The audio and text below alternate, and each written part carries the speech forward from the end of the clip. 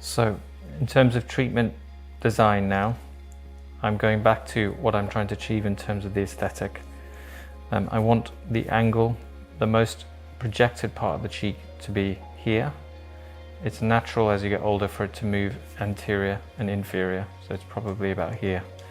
If I can add a little bit more curvature here, focusing the cheek, that's going to be very, very beautifying.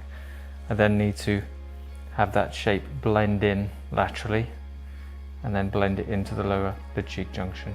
So angle of the cheek, I find it easier to palpate this. So feeling for the angle is better than drawing lines on the face and trying to predict where it is. So that's always my first step.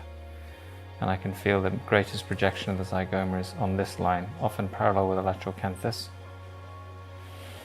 Then you can use this line here between the root of the helix and the alar base. There's a line that tracks around and that usually crosses at the same point.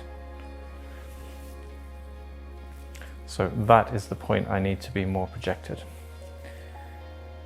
Now once I've done that, I know that I'm going to have to also add volume here, and then the sooth muscle, which is slightly depleted, if I can add volume there, it'll create roundness in the whole cheek area.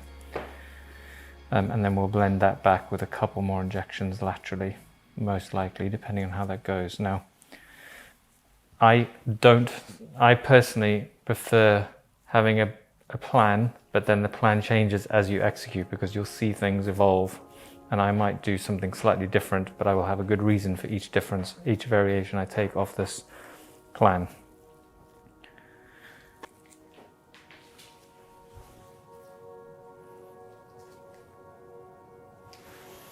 It's worth just pointing out there's some natural asymmetry. This cheek is fuller and there's less work will be required to harmonize it. This one has a little bit more of an indentation, so that it becomes more apparent as we start to inject.